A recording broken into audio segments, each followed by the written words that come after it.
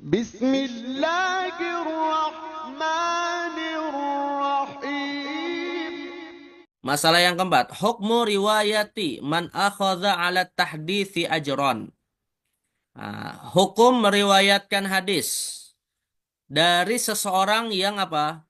Dari seseorang yang akhadha ala tahdits. Dari seseorang yang mengambil dari tahdis. Tahdis itu apa arti tahdis? Mengambil dari usaha dia meriwayatkan hadis itu dengan apa? Dengan syarat adanya apa nih ajron? Dengan syarat adanya suatu Tuh. ah, Dan suatu upah.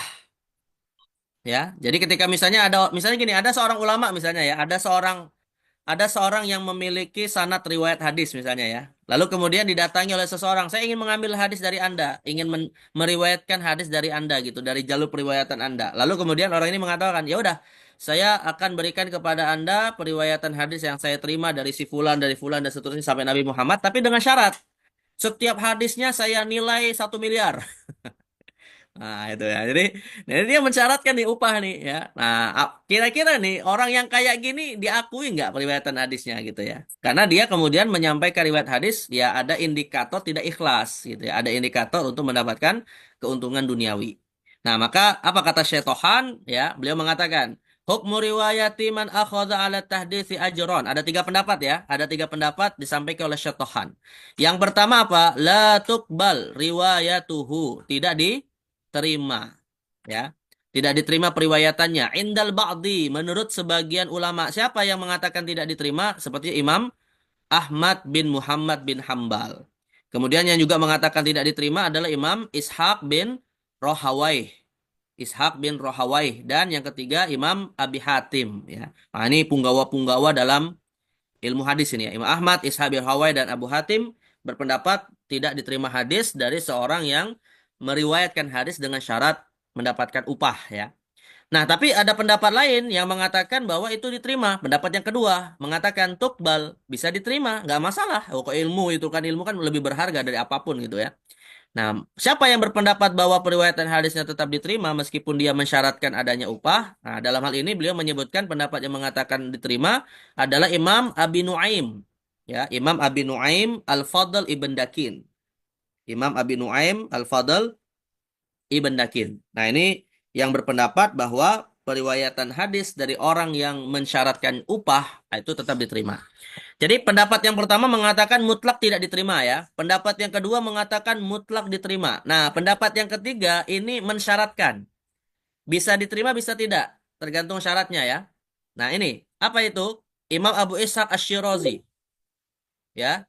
Imam Abu Ishaq Ash-Shirazi mengatakan wa afta Abu Ishaq Ash-Shirazi liman imtana alaihi al-kasbu li iyalihi bisa babit tahdits ya bijawazi akhdil ajri. Nah, kata Imam Abu Ishaq Ash-Shirazi ya, seorang ulama dalam madzhab Syafi'i ini ya, yang mengarang kitab Al-Muhadzab dan juga kitab dalam usul fikih Al-Luma' dan Syarhul Luma' ya. Nah, Imam Abu Ishaq Ash-Shirazi mengatakan, beliau berfatwa bahwa orang yang kemudian disibukkan kesehariannya untuk menyampaikan riwayat hadis hingga imtana alaihil kasbu hingga imtana alaihil kasbu ya, hingga dia kemudian terhalangi untuk tidak bisa mencari penghasilan hidupnya.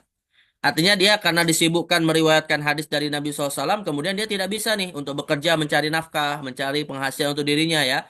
Begitu juga mencari untuk keluarganya, li'iyalihi, bisa babit tahdis, karena dia disibukkan dengan meriwayatkan hadis. Maka dalam kasus ini, Imam Abu Isa Ash-Shirazi memfatwakan bijawazi akhdil ajri, ya, bahwa boleh periwayatan hadis darinya, walaupun dia mensyaratkan adanya upah.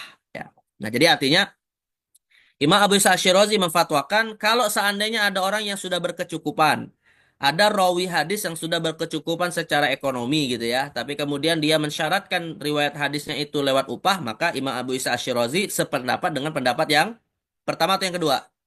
Kalau ada orang sudah berkecukupan secara ekonomi, sama pertama ya. Tapi kalau orang itu tidak berkecukupan dan dia kemudian disibukkan meriwayatkan hadis, karena ini hukumnya fardu kifayah ya, tidak semua orang itu kemudian memiliki kapasitas untuk meriwayatkan hadis, dan dia mengambil peran itu, ya, hingga menyebabkan dia tidak bisa bekerja, tidak bisa memenuhi kebutuhan diri dan keluarganya.